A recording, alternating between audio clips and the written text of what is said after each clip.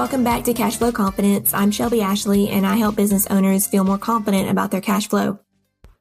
In today's episode, I want you to hear something loud and clear, and that is, revenue alone does not drive valuation. Predictability does. Revenue alone does not drive your valuation. It's how predictable that revenue is that drives your valuation. So what I mean is, you don't need more clients or more customers to make your business more valuable. What you really need is more predictable revenue, because whether you want to sell your business someday or you just want to run it with a lot less stress, recurring revenue is, we're starting at the top of the line. Like, that's one of the most no-brainer ways to increase the value of your business before anybody has even looked at anything after revenue, like your expenses and your cash flow. So in this episode, let's break down why recurring revenue increases your business's value, what investors and buyers are actually looking for, and then how to start shifting your business model, even if you're service-based, to something that's more stable and scalable and just overall sustainable. So why does recurring revenue drive value up so much?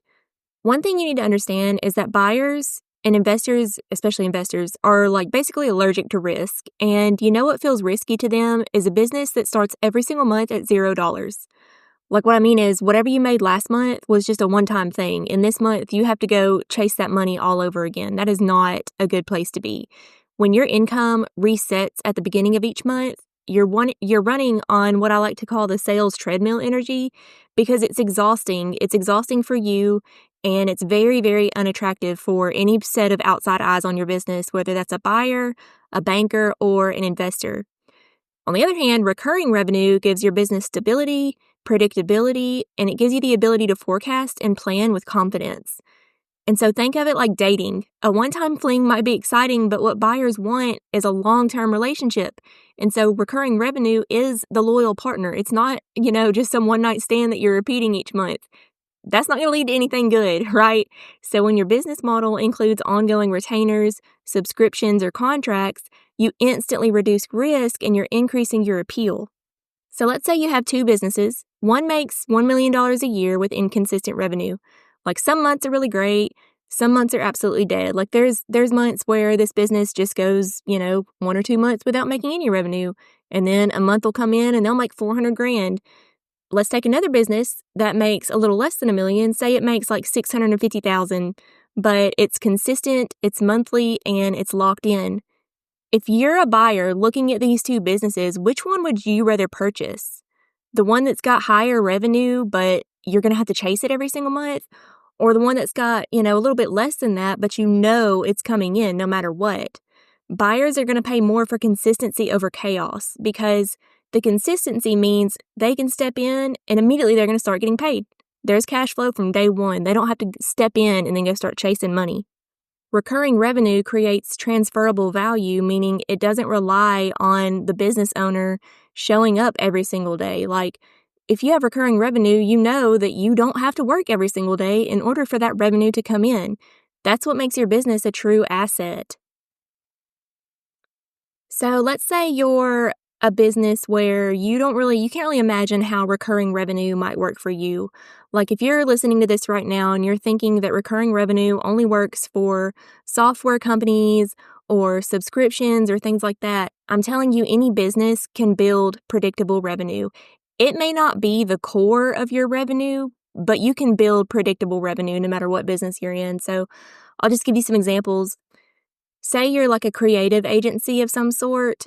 You can turn these one-off projects into monthly retainers for ongoing content, ongoing design, ongoing strategy work. Or, if you're a creative agency and you're working with a business who they've already got some in-house support, do a consulting basis, just kind of coach this business on how to do it themselves. That's something that could be offered as a retainer. Moving on, let's say you're a coach or you're a consultant. Offer some kind of membership, a monthly advisory retainer or a quarterly planning package. That's a way to turn that into recurring revenue. Or let's say you're a done-for-you kind of service provider. Package your deliverables into a monthly maintenance or monthly optimization plan. Or maybe you're a course creator. Add recurring coaching or community subscriptions or something like that. I'm seeing a lot of even like retail, especially online type businesses moving to some kind of like membership or subscription. I think like Fabletics is an example. You have to pay to be a member for their website, and then you get to shop at, X amount of rates. If you sell like a physical thing, there's a wine seller here in town that I was just talking to this about. I told him, start selling some kind of subscription where people that pay for this subscription get wine at a discount. Things like that you just know is going to be some sort of predictability.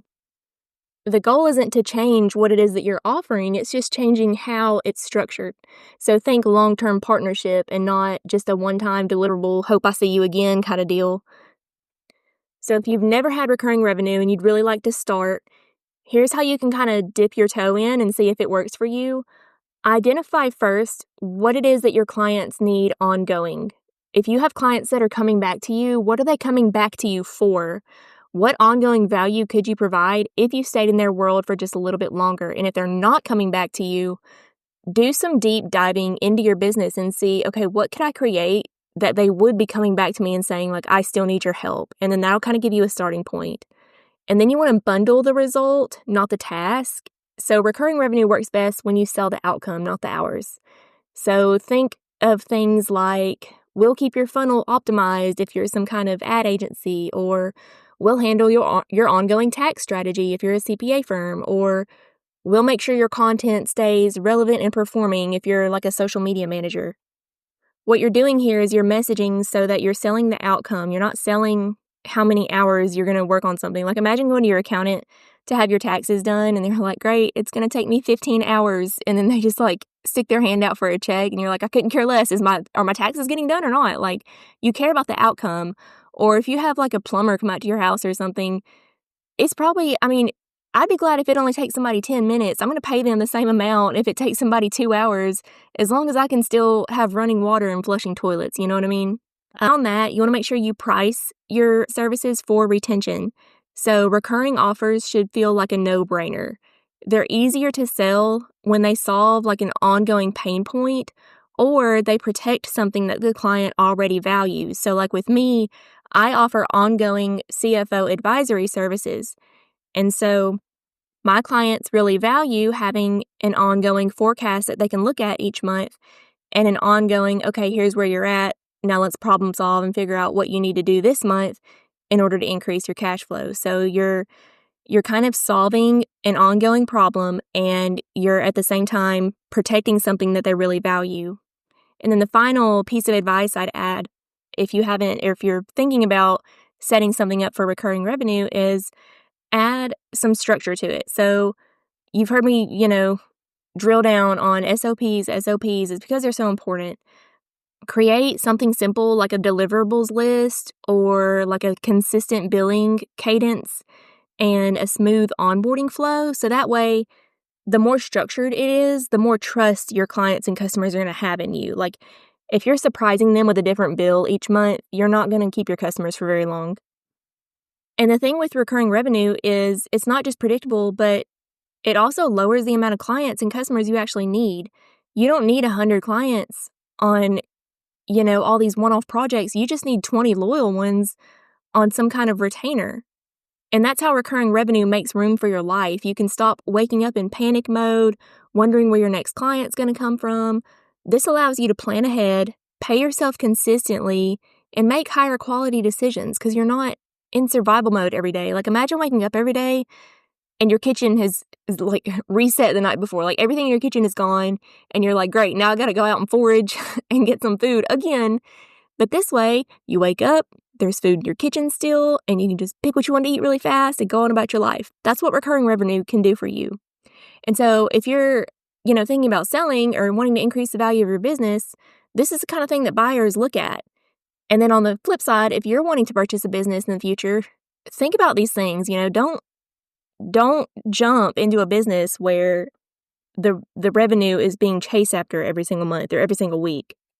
So this is just really like the biggest way to add more stability and more cash flow to your business without having to go and chase more clients. And so what I want to challenge you to do this week is ask yourself, what part of my business could become more predictable? Can you offer a retainer? Can you build some kind of membership? Can you create some kind of monthly audit or optimization service? You can start small, dip your toe in, see how you like it, see how your clients like it. Offer one recurring offer, one client, one contract, see what kind of feedback they have.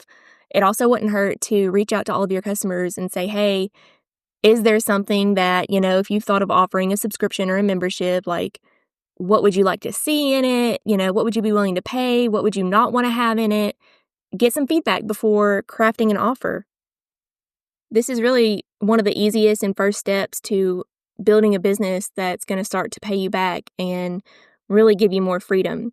All right, that's all I have for this week. See you guys.